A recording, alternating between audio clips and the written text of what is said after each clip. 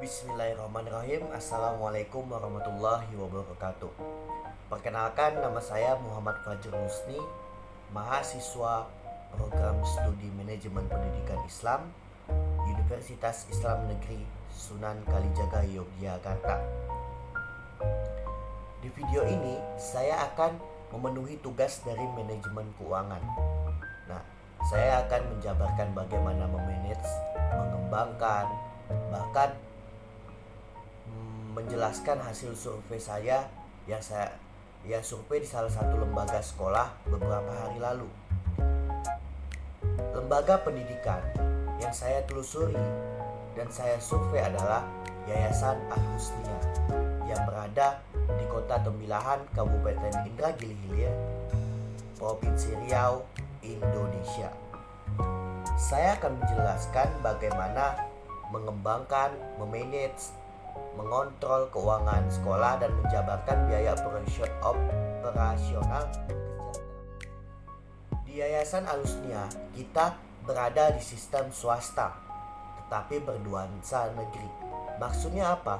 Yayasan yang berbasis anggaran mandiri, yang berdiri mandiri dengan biaya awal pribadi, ini bisa dikatakan nuansa negeri karena pemerintahan dan negeri kita sangat berkomunikasi dan silaturahmi sangat baik.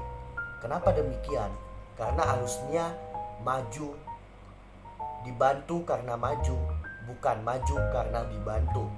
Nah, di sini langsung saja pengembangan manajemen keuangan di sini memiliki sistem anggaran maupun anggaran harian, mingguan, bulanan, bahkan tahunan. Nah, bagaimana sistem anggaran tersebut?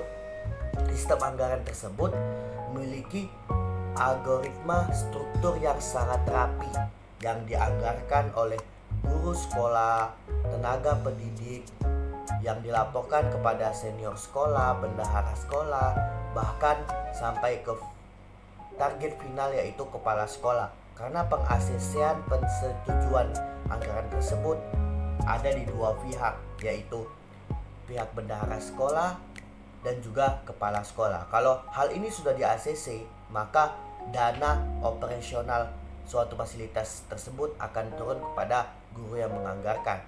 Dan anggaran yang sebelum dilaporkan akan juga dilaporkan setelah pembelian fasilitas yang akan digunakan untuk melanjutkan pendidikan pembelajaran di sekolah tersebut. Nah, hal ini akan meminimalisir namanya pemborosan suatu dana yang keluar. Karena apa? Kalau kita tidak memiliki sistem seperti ini, kita akan memakai anggaran dana sekolah itu semau dan seenak kita.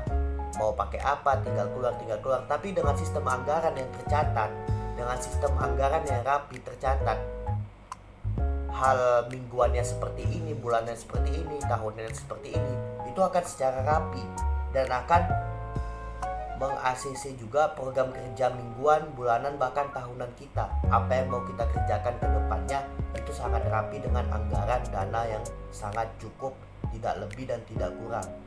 Nah, hal tersebut juga itu dapat kita terapkan di kesejahteraan tenaga pendidik. Nah, bagaimana awal kita membangun sekolah sedangkan dana kita pas-pasan dan juga kita sudah dituntut untuk membayar gaji bulanan tenaga pendidik. Nah, disitulah kita memakai sistem anggaran, sistem proposal yang kita canangkan kepada pemerintahan, kepada Kementerian Pendidikan, dan juga bagaimana kita mengelola hal keuangan tersebut. Nah, untuk tambahan hal yang kurang, kita bisa mengambil inisiatif membuat kantin pribadi di sekolah dengan sistem ekonomi yang memutar hanya di lingkungan sekolah. Kita bisa membuat kantin tersebut berada di dalam sekolah dan juga kita melarang anak untuk keluar dari sekolah. Kenapa? Di situ ada namanya ekonomi sekolah dari kita untuk kita, dari murid untuk murid, dari guru untuk murid. Kalau di pondok pesantren itu dari santri untuk santri dan akan digunakan oleh santri. Nah, ekonomi ini akan memutar. Keuntungannya bukan hal pribadi yang menjaga kantin, kepala sekolah, senior sekolah, bahkan bendahara sekolah, tetapi hal ini untuk keuntungan kebersamaan dan kemaslahatan yang akan dibangun untuk keperluan sekolah selanjutnya. Nah, selanjutnya langsung saja kita memasuki apa saja sih kesejahteraan tenaga pendidik, terutama di Yayasan Alusnia Tembilaran. Nah, di sini kita bisa menjelaskan bahwa dari apa yang kita butuhkan dari semua tempat kita bekerja, yaitu namanya kebutuhan pangan. Nah, kebutuhan pangan tersebut termasuk dengan konsumsi tenaga pendidik di sini itu berkisaran 1,5 atau 1.500.000 per bulannya. Itu untuk semua kalangan guru. Dan itu gimana pembagiannya? Kita pukul rata, kita menyediakan per kepala itu sekitar 10.000 per hari.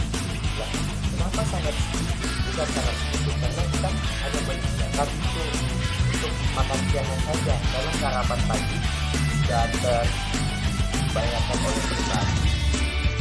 Makan malam juga dia tidak menginap di sekolah atau yayasan tersebut.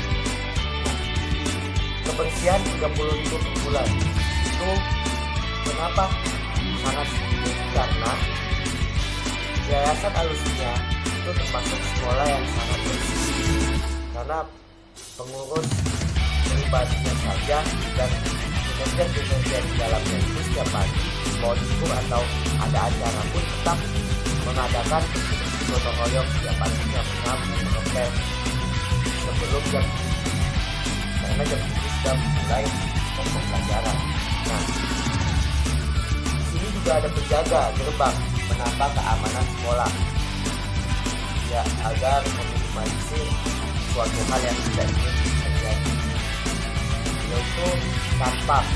Ini sampah per bulannya 600.000, itu belum termasuk kesejahteraannya, mungkin biaya pangannya dibedakan dan kesejahteraan yang lainnya. Nah, honor guru dan tenaga lainnya juga per bulan itu 8.470.000, hampir 8.500.000, bahkan hampir 9 juta. Di sekolah juga 400.000 per bulan. Karena apa? Karena ada AC. Kita sistemnya itu sekolah dasar Islam terpadu itu tidak AC. Bukan kita tidak mengedepankan kesejahteraan, tapi kita mengedepankan kenyamanan. Kita melihat kondisinya bagaimana, kondisinya kalau kita pakai kehidupan bagaimana, apakah misalkannya itu lebih banyak daripada AC segala macam. Nah, biaya wifi atau internet juga bulan ini untuk apa? Ini untuk sistem menerjang sistem teknologi guru-guru, khususnya guru-guru SD di Alusnia. Nah, itu menggunakan wifi sekolah dan tidak ada alasan, tidak ada kuota untuk komunikasi guru, tidak ada kuota untuk menerjang teknologi terbaru atau pengetahuan terbaru Google untuk kita jelaskan kepada anak-anak. Nah, ATK dan lainnya itu 500 per bulan, dan juga perbaikan alat elektronik 300 per bulan, itu juga perlu. Oke, mungkin hanya itu dulu yang saya jelaskan. Mungkin nanti kita lanjut ke video selanjutnya. Mohon maaf kalau ada kesalahan. Saya Muhammad Fadli. Wassalamualaikum warahmatullahi wabarakatuh.